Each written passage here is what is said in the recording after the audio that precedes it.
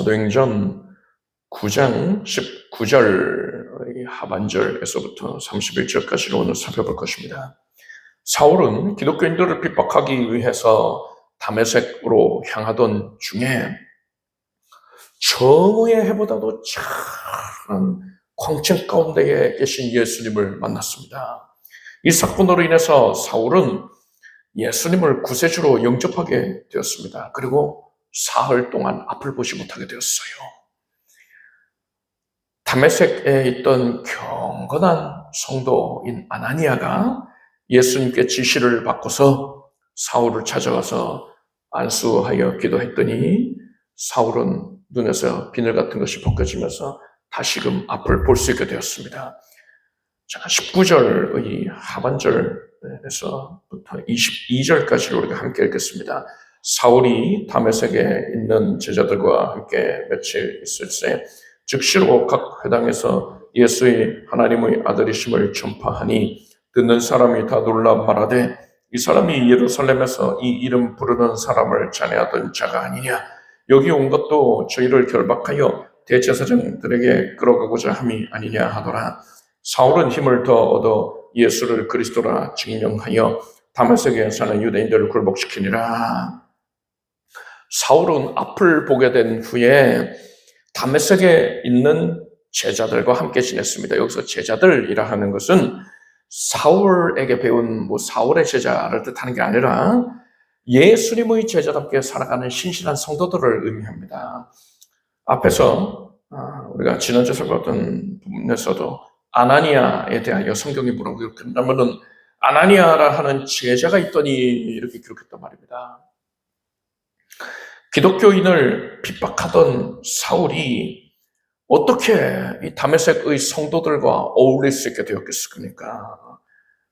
아마도 이 사울에게 안수하였던 아나니아가 사울에 대하여 예수께서 지시하셨던 내용, 그것을 성도들에게 증거하였을 것입니다.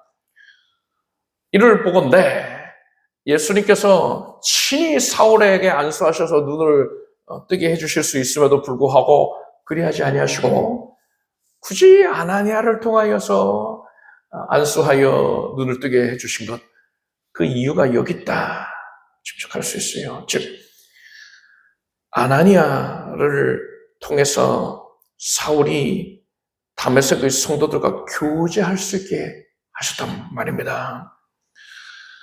성도 간의 교제가 대단히 중요합니다.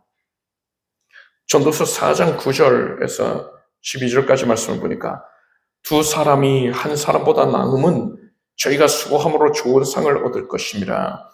혹시 저희가 넘어지면 하나가 그 동물을 붙들어 일으키려니와 홀로 있어 넘어지고 붙들어 일으킬 자가 없는 자에게는 화가 있으리라. 두 사람이 함께 누우면 따뜻하거니와 한 사람이면 어찌 따뜻하랴. 한 사람이면 패하겠거니와 두 사람이면 능히 당하나니 삼겹줄은 쉽게 끊어지지 아니하느니라 했습니다. 한 성도가 예수님을 영접해서 뜨거운 감격 가운데에 신앙생활을 시작하게 되었다 하더라도요, 죄악된 세상에서 지내다 보면은 얼마 지나지 않아서 그의 신앙이 자연스럽게 사그라들게 됩니다. 이것은 추운 겨울날에 뜨거운 물을 듣고 밖에 나가 있으면은 이 물이 얼마 지나지 않아서 식어버리는 것과 같습니다. 그럼 어떻게 해야 됩니까? 예수님을 믿는 성도들이 함께 교제하면서 서로 간에 권면하고 위로해 주어야 하는 거예요. 이것이 바로 성령의 교통하심입니다. 우리가 사도신경으로 신앙 고백할 때에 성도가 서로 교통하는 것과 이렇게 고백하잖아요. 구원을 받아서 성령 안에 거하게 되는 성도는 성령으로 말미암아서 성도와 성도 간에 서로 영적으로 긴밀하게 연결이 되어 있단 말입니다. 여러분은 우리 모두가, 예수 믿는 우리 모두가 성령 안에서 한 몸을 이루고 있다는 사실을 깨닫기를 바랍니다. 그리고 성령께서는 각 성도 한 사람 한 사람의 심령을 살펴보시고 그의 형편을 돌보아 주시고 위로하여 주신단 말입니다. 힘을 공급해 주신단 말이에요. 그런데 이것을 성령께서 직접 하실 때도 있지만 많은 경우에 다른 성도를 통하여서 이러한 위로와 권면의 사역을 행하신단 말입니다. 따라서 내가 성령께서 나의 삶에 개입해 주시길 원한다면, 나의 삶을 인도해 주시길 원하고 성령의 보호를 받기를 원한다면은 나는 교회 내에서 다른 성도와 교제하는 것을 중요하게 여겨야 하는 것입니다. 하나님께서 성도들이 이렇게 교제할 때에 교제하는 자리에서 무엇을 하는 것을 가장 기뻐하실까요? 바로 하나님을 높이는 예배입니다. 성도들이 한 마음으로 성령 안에서 긴밀하게 연합이 된 상태에서 하나님을 찬양하고 높일 때에, 말씀을 사모하여 경청할 때에 하나님께서 그 모임에 복을 내리시는 것이고 성도 개개인에게 복을 주시는 것입니다. 예수께서는 그러므로 예물을 제단에 드리다가 거기서 내 형제에게 원망 들을 만한 일이 있는 줄 생각나거든 예물을 제단 앞에 두고 먼저 가서 형제와 화목하고 그 후에 와서 예물을 드리라, 이렇게 말씀하셨습니다. 성도 간에 사랑의 교제가 이루어지는 상태에서 하나님께 예배를 드릴 때에 하나님께서 그것을 기쁘게 여기시는 것입니다. 그게 아니라 성도와 성도 간에 갈등이 있고 원망이 있고 미워하고 냉대하고 있다면, 또 무관심해하고 있다면은 하나님께서는 그 예배를 기뻐하지 않아 하신다는 말이에요. 여러분은 지금 나와 함께 예배하고 있는 모든 성도님들을 진심으로 사랑하기를 바랍니다. 그들을 진심으로 축복하기를 바랍니다. 여러분을 사랑하고 축복합니다. 그런 마음의 상태 위에서 우리가 하나님께 예배를 드릴 때에 하나님께서 그것을 기쁘게 받으시는 거예요.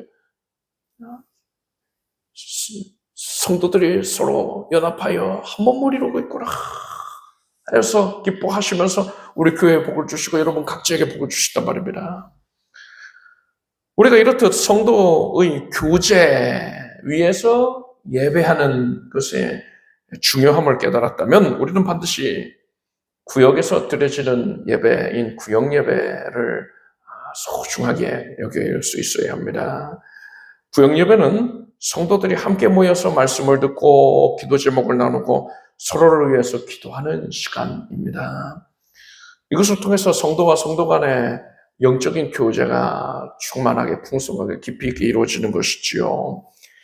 여러분은 이 구역 예배를 소홀히 여기지 말고 소중하게 여기기를 바랍니다.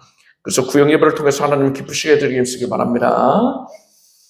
바울은 다른 성도들과 교제를 하면서 자신이 가지고 있는 신앙이 참 진리이고 정녕 예수 믿는 자들에게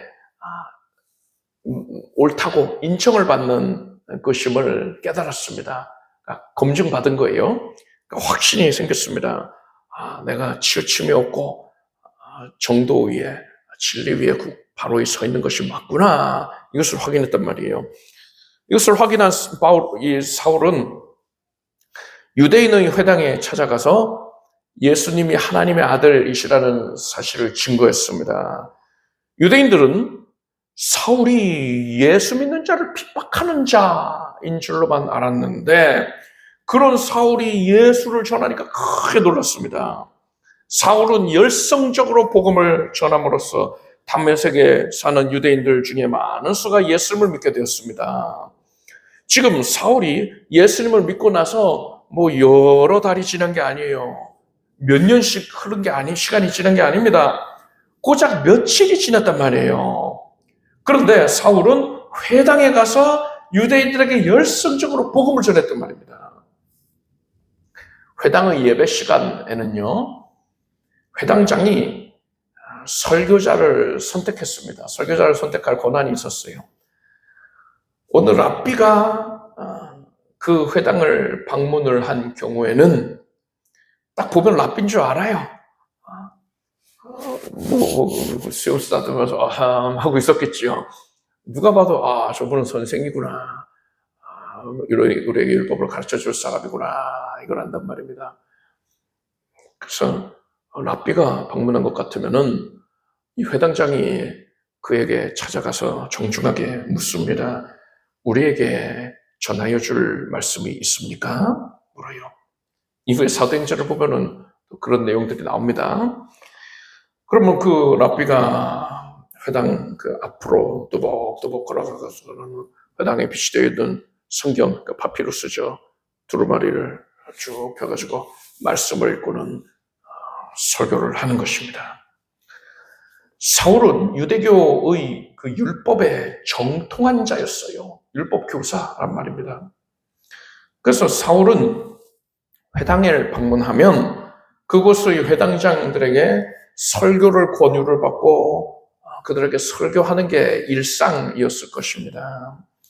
즉 사울이 회당에서 유대인들에게 설교하는 것은 사울에게는 지극히 익숙한 일상적인 그런 환경이었던 것이죠.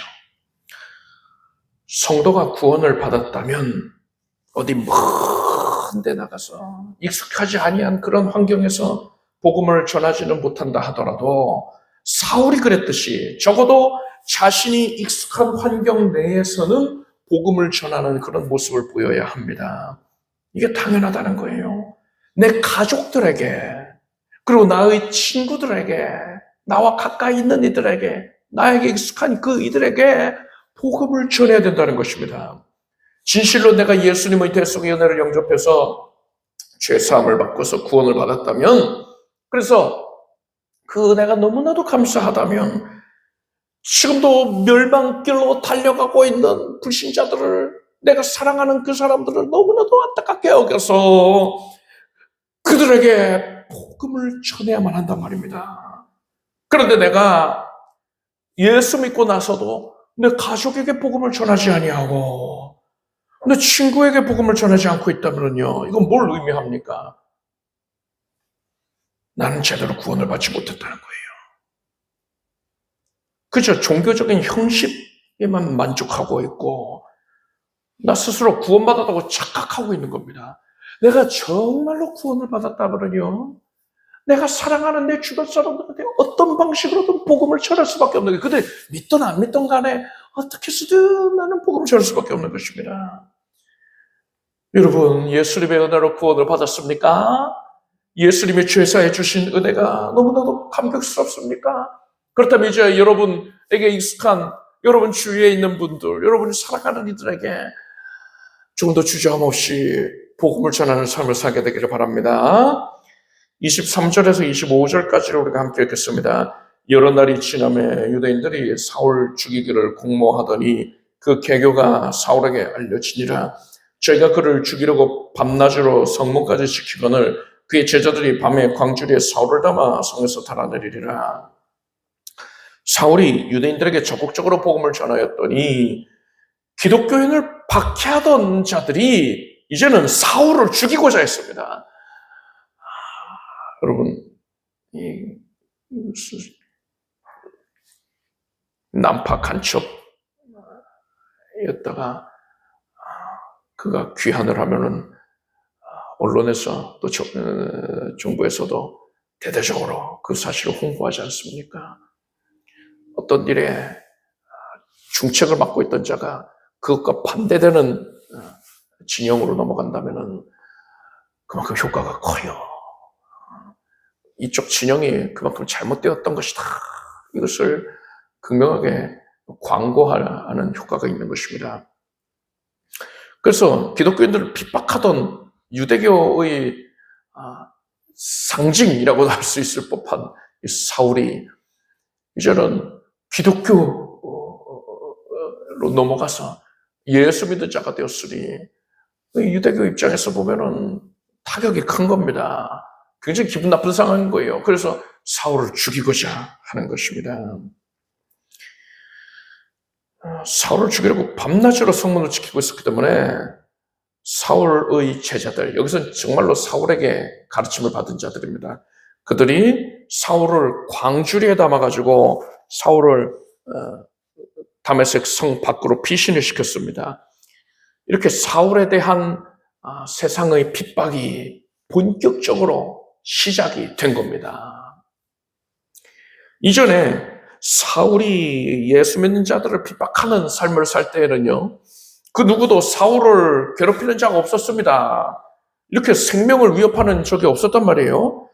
그렇지만 사울이 예수님을 섬기게 되니까 세상 사람들이 사울을 죽이려 달려드는 거예요. 이것은 세상이 마귀에게 속했기 때문에 그런 겁니다. 마귀가 공중권세를 잡고서 하나님께 대적하기 위해서 하나님께 속하여 있는 자들을 핍박하고 있는 거예요. 그런데 하나님께서는 하나님의 백성들이 이 세상에서 전혀 위협을 받지 아니하고 그죠? 내 영혼 평안해 하면서 나는 항상 형통하네 하고서는 살아가는 모습을 허락하실 수도 있잖아요. 그런데 왜 그런 모습 대신에 이렇게 마귀에게 핍박을 받는 것까지도 하나님이 허락을 하시는 것입니까? 이에 대해 베드로 사도가 이렇게 말했습니다. 사랑하는 자들아, 너희를 실현하려고 오는 불시험을 이상한 일 당하는 것 같이 이상히 여기지 말고 오직 너희가 그리스도의 고난에 참여하는 것으로 즐거워하라. 이는 그의 영광을 나타내실 때에 너희로 즐거워하고 기뻐하게 하려 함이라. 너희가 그리스도의 이름으로 욕을 받으면 복이 든 자로다. 영광의 영 곧 하나님의 영이 너희 위에 계심이라. 하나님께서는 성도가 이 세상에서 예수님을 따른다는 이유로 핍박을 받을 때에 그때에 성도가 믿음으로 그것을 잘 감당해낸다면 그가 장차 천국에 들어갔을 때에 큰 영광을 얻게 해주신다는 거예요. 즉 하나님께서는 성도를 크게 복되게 하기 위하여서 그가 이 땅에 있을 때에 예수 믿는다는 이유로 시련을 겪게도 하신다는 겁니다. 따라서 여러분이 이 세상에서 예수님을 잘 섬기기 위해서 애쓸 때에 핍박을 받게 되거든. 하나님께서 나에게 복을 주시려고 그러시는 것이구나. 하나님이 나에게 큰 은혜와 영광을 주시려고 이런 상황을 허락하신 것이구나. 이것을 깨닫길 바랍니다. 그래서 하나님께서 베풀어 주실 은혜를 사모함으로써 그러한 시련을 넉넉히 잘 감당하길 바랍니다. 26절에서 31절까지를 우리가 함께 읽겠습니다. 사울이 예루살렘에 가서 제자들을 사귀고자 하나 다 두려워하여 그의 제자됨을 믿지 아니하니 바나바가 데리고 사도들에게 가서 그가 길에서 어떻게 주를 본 것과 주께서 그에게 말씀하신 일과 다메섹에서 그가 어떻게 예수의 이름으로 담대히 말하던 것을 말하니라. 사울이 제자들과 함께 있어 예루살렘에 출입하며 또 주 예수의 이름으로 담대히 말하고 헬라파 유대인들과 함께 말하며 변론하니 그 사람들이 죽이려고 힘쓰거늘 형제들이 알고 가이사랴로 데리고 내려가서 다소로 보내니라. 그리하여 온 유대와 갈릴리와 사마리아 교회가 평안하여 든든히 서가고 주를 경외함과 성령의 위로로 진행하여 수가 더 많아지니라. 이 본문의 내용만 보면 사울이 다메섹을 탈출해서 곧바로 예루살렘으로 간 것처럼 여겨집니다. 그렇지만 갈라디아서를 보니까요. 갈라디아서 1장 16절 이하를 보니까 그 아들을 이방에 전하기 위하여 그를 내 속에 나타내시기를 기뻐하실 때에 내가 곧 혈육과 의논하지 아니하고 또 나보다 먼저 된 사도된 자들을 만나려고 예루살렘으로 가지 아니하고 오직 아라비아로 갔다가 다시 다메섹으로 돌아갔노라. 그 후 3년 만에 내가 게바, 그러니까 베드로를 신방하려고 예루살렘에 올라가서 저와 함께 15일을 유할세라고 했습니다.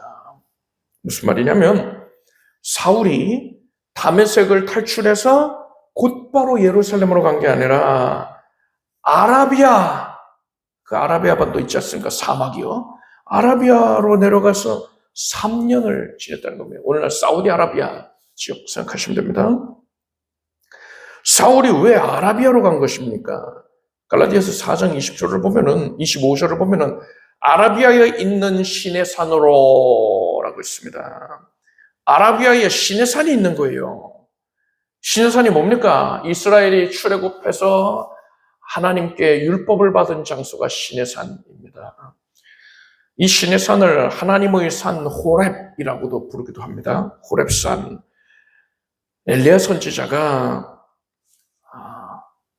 이세벨 왕비의 위협 위협을 받고서 내가 너를 반드시 죽일 거야! 이렇게 이세벨이 크게 위협을 하니까 엘리야 선지자가 마음이 낙담이 되었습니다. 그래서 광야에 나가 있다가 하나님의 인도하심으로 호렙산에 이르러서 그곳에서 사명감을 재충전하였습니다. 여러분, 사울의 입장을 우리가 잘 생각해 봐야 돼요. 사울이 워낙에 일평생 위협을 많이 당했으니까는 오늘 본문에서 이 다메섹에서 생명의 위협을 받고 탈출하는 이 장면도 사울이 덤덤하게 받아들였겠지 이렇게 생각하는데 그러지 않을 겁니다. 사울은 그동안에는 탄탄대로의 삶을 살지 않았습니까? 어디 가서 뭘 하든 간에 회당에서 설교를 해도 사람들이 다 좋아하고 칭송하고 했단 말이에요.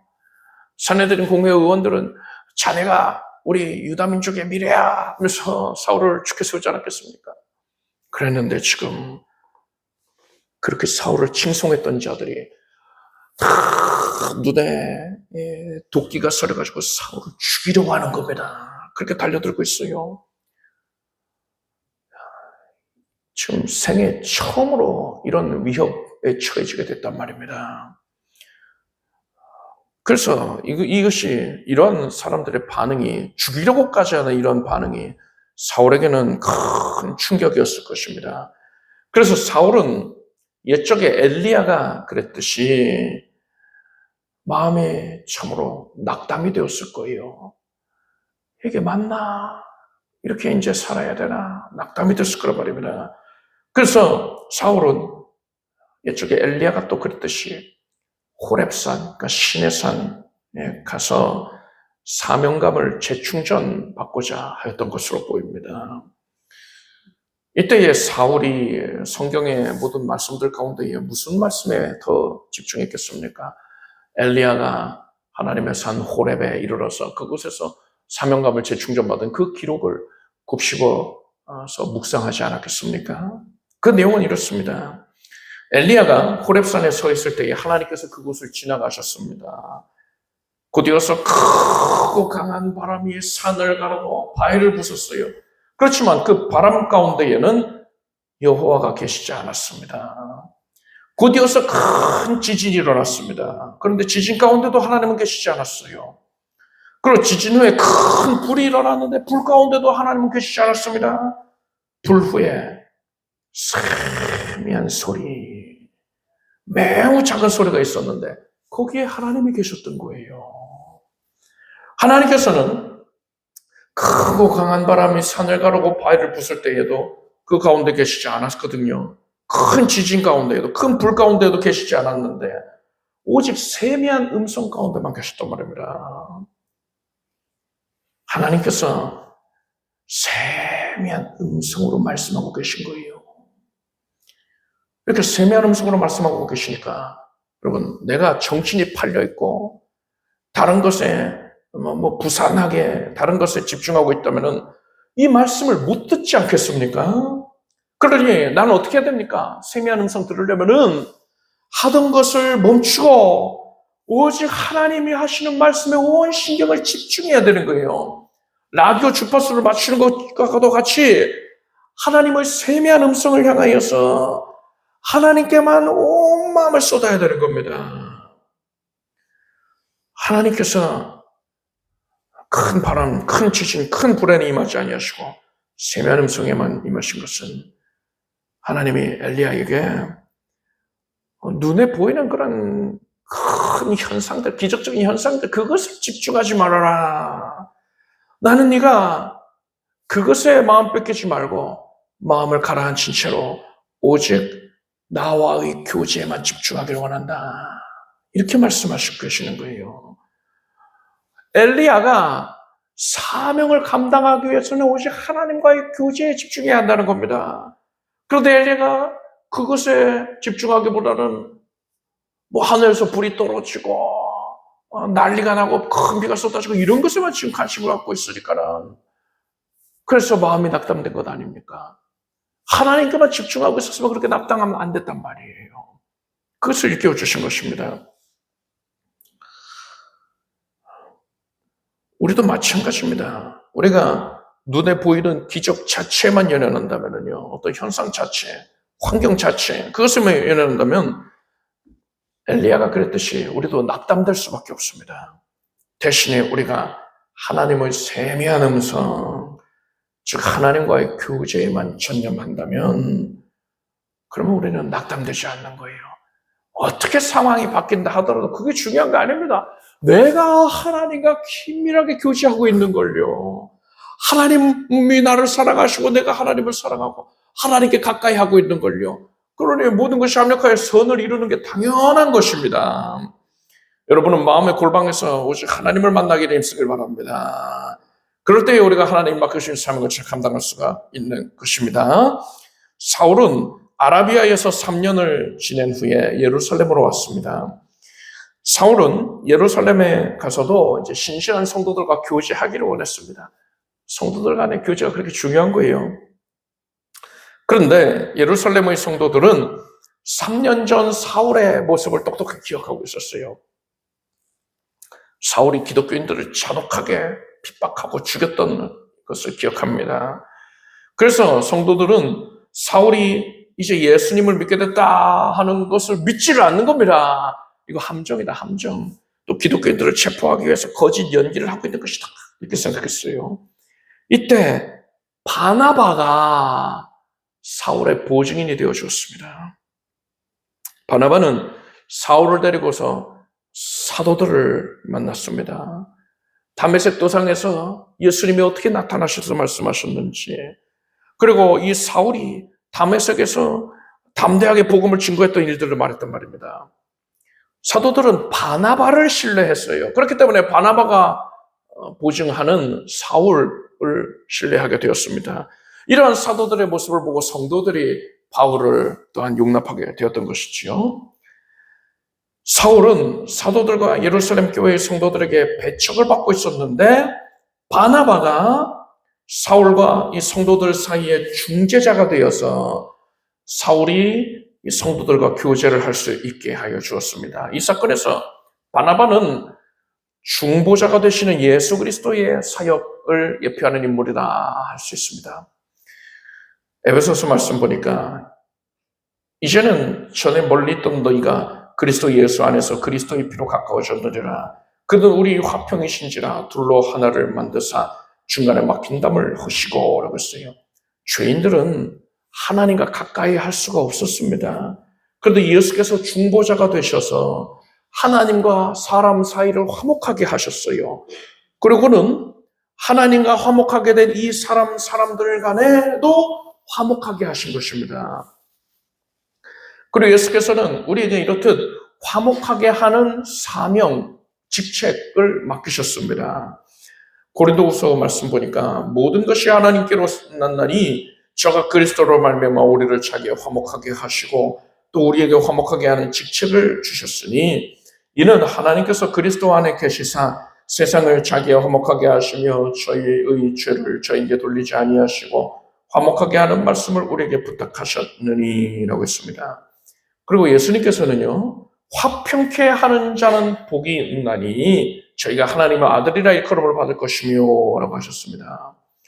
바나바는 이러한 예수님의 가르침, 화평케 하는 사역을 감당하라, 화목하게 하는 직책을 감당하라는 이 예수님의 명령을 충실하게 감당했던 거예요. 그래서 사울이 예루살렘 교회 성도들과 교제할 수 있게 하였던 것입니다. 우리도 바나바가 그랬듯이 예수님께 받은 사명인 화목하게 하는 직책을 성실하게 감당할 수 있길 바랍니다. 그래서 사람들로 하여금 하나님과 화목하게 하고 성도 간에 화목하게 하는 역할을 감당하길 바랍니다. 기독교인을 핍박하던 자들은 사울이 이제 예루살렘에까지 와서 복음을 전하는 것을 보고는 사울을 죽이고자 했습니다. 이에 성도들이 사울을 그의 고향인 길기야의 다소로 보냈습니다. 그리고 31절을 보니까 그리하여 온 유대와 갈릴리와 사마리아 교회가 평안하여 든든히 서가고 주를 경외함과 성령의 위로로 진행하여 수가 더 많아지리라 했습니다. 교회에 대한 핍박이 지금 더 극심해져 가고 있습니다. 그런데도 불구하고 성도들의 신앙은 더 뜨거워지고 교회는 부흥되어 갔던 것입니다. 여러분, 사람에게 있어서 가장 중요한 게 뭡니까? 영혼의 생명이에요.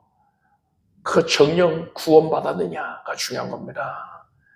신앙의 상태, 영혼의 건강 상태가 중요하다 할 수 있어요. 그런데 여러분, 이 영혼의 상태, 신앙의 건강 상태는요, 성도의 주변 환경, 조건들이 윤택해진다고 해서 나아지는 게 아닙니다.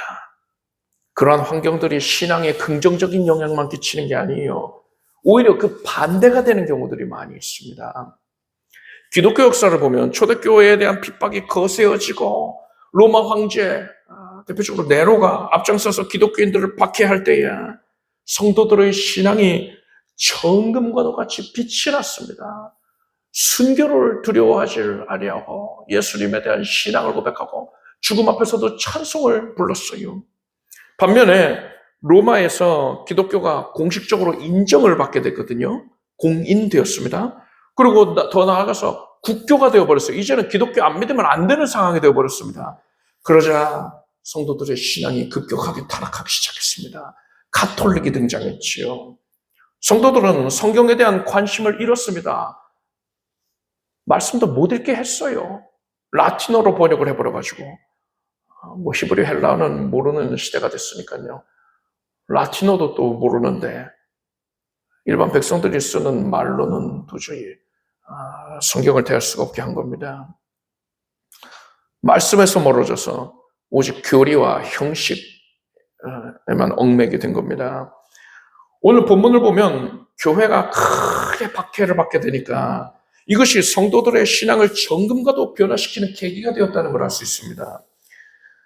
예수님께서는 마지막 때에 있을 징조에 대해 말씀하시면서 이 모든 일 전에, 그러니까 모든 징조들이 일어나기 전에 내 이름을 인하여 너희에게 손을 대어 핍박하며 회당과 옥에 넘겨주며 임금들과 관장들 앞에 끌어가려니와 이 일이 도리어 너희에게 증거가 되리라 하셨습니다. 무슨 말입니까? 말세에 여러 가지 징조들이 분명하게 드러나는데 우선적으로 성취되는 징조가 무엇이냐? 교회에 대한 핍박, 성도들 개개인에 대한 박해가 이루어진단 말입니다. 제도적으로 그렇게 정부에서 압력이 있을 것이고 또한 세상 사람들 인식 속에서 반기독교적인 사상이 팽배해지게 될 거예요. 요즘에 이스라엘과 또 하마스 주변 중동 국가들 간의 갈등 이런 걸 보면서 세상 사람들 중에서는요, 예수 믿는 자들이 이스라엘을 지지하는 그런 걸 보면서 또 동따라서 기독교인들까지도 욕하는 그런 경우들이 많이 있습니다. 그런 반기독교적인 정서가 이제 예수님 재림하시기 직전에 만연해지게 될 거예요. 그래서 예수 믿는다 하면 손가락질을 받는 시대가 될 것이란 말입니다. 마지막 때에 이러한 핍박이 예정되어 있는데 예수님께서 왜 굳이 이런 핍박을 교회가 겪게 하시는 것입니까? 성도들이 그런 핍박을 왜 겪게 하시는 것입니까? 신앙을 정금같게 하여서 예수님 재림하실 때에 들림받을 수 있게 하기 위함인 것입니다. 나태해져 있는 신앙의 상태, 졸면서 자는 신앙의 상태, 여기가 좋사오니 하는 이런 신앙의 상태로는 예수님 오셨을 때 들림받지를 못해요. 정신을 차리고 깨어있어야, 근신하고 있어야 하는 것입니다. 오늘날의 예수님의 재림이 그 어느 때보다도 가까이 오지 않았습니까? 이제 머지않아서 교회에 대한 핍박이 가시적으로 드러나게 될 겁니다. 여러분 개개인이 예수 믿는다는 이유로 예수님을 성실하게 섬기고자 한다는 이유로 예배에 참여하고자 한다는 이유로 사람들이 손가락질이 될 거예요. 그런 날이 오게 될 것입니다. 여러분 이런 일을 겪게 될 때에 하나님께서 지금 나의 신앙을 정금같게 하시는구나. 그래서 예수님 오셨을 때 내가 들림받아 나도 휴거에 참여한 자가 되게 하기 위해서 이런 것을 경험케 하시는구나. 이 사실을 여러분 분명히 깨닫게 되길 바랍니다. 이 내용을 기억을 하고 있어야지 그때 이야기에서 깨닫고서 정글 같은 신앙으로 변화되기 힘쓰지 않겠습니까? 그래서 여러분 예수님 재림하실 때에 모두 택함 받아서 들려 올라가서 천국 잔치에 참여하게 되길 바랍니다. 기도하겠습니다. 예수님, 우리가 바울의 당한 핍박을 인하여서 하나님께서 우리에게 핍박을 왜 허락하시는가를 깨달았습니다.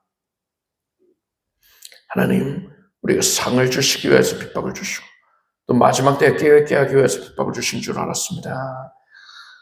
하나님, 우리가 예수 믿는 가운데에 당하는 고통, 그것에 인하여서 뒤로 물러나 침륜에 빠질 것이 아니라 그것을 인하여 저 천국 같은 신앙을 변모되게 해주시옵소서. 그래야 하나님께로부터 칭찬받고 예수님 오실 때에 들림받게 하여 주시옵소서. 또한 화목해 하라는 그 직책을 우리에게 맡기셨으니 우리가 사람들로 하여금 하나님과 화목해 하고 사람과 사람 간에 성도 간에 화목해 하는 사명을 감당해 주시옵소서. 복음을 전함으로써 우리 가까운 이들에게부터 복음을 증거함으로써 그 사명을 온전히 감당케 하여 주시옵소서. 예수님의 이름으로 기도드립니다. 자리에서 일어나시기 바랍니다. 가슴에 손을 얹으시고 아픈 곳에 손을 얹고 기도하겠습니다. 하나님, 예수님께서 지금 우리에게 오셔서 우리를 참 긍휼히 여기시고 예수의 보혈로 우리를 뒤덮고 계시다는 것을 알고 믿고 감사드립니다.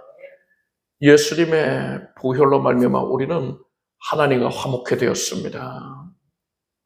성도와 성도 간에 화목해 되었습니다. 이 은혜를 의지하여서 성령님께 구합니다.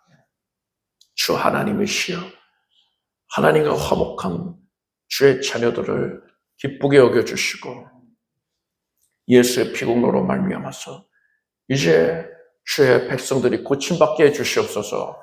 마음의 모든 고통이 깨끗이 소멸되게 하여 주시옵소서. 불안과 답답증이 우울증이 사라지게 하시고 마음이 화평케 하시옵소서. 상쾌하게 하여 주시옵소서. 안식을 누리게 하여 주시옵소서. 연약한 육신 위에 성령께서 손을 얹어 주셨습니다. 이제 몸에 남아있었던 어둠의 세력이 다 소멸되는 것을 봅니다. 암세포가 또 작은 암세포들까지도 하나님께서 깨끗이 박멸하여 주시나이다. 일체의 우울증이 없게 하시나이다. 하나님의 은혜로 머리부터 발끝까지 온몸 각기관이 쇄신되었느니라. 모든 장기가 쾌쾌되었고 모든 수치들이 다 정성이 되었느니라. 백혈구 수치와 당 수치가 혈압이 예수 이름으로 정쾌되었습니다. 하나님 은혜로 통증과 염증이 사라졌고 하나님 은혜로 이제 만성적인 모든 질환들까지도 다 고침받았습니다. 일상생활 거동에 어려움이 없을 것입니다.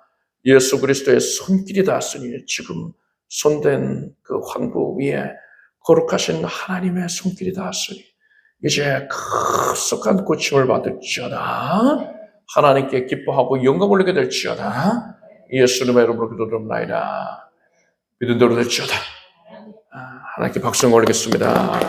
자리에 앉으십시오. 준비하신 예물을 정성된 마음으로 드리겠습니다. 드리신 예물을 위해 기도하겠습니다.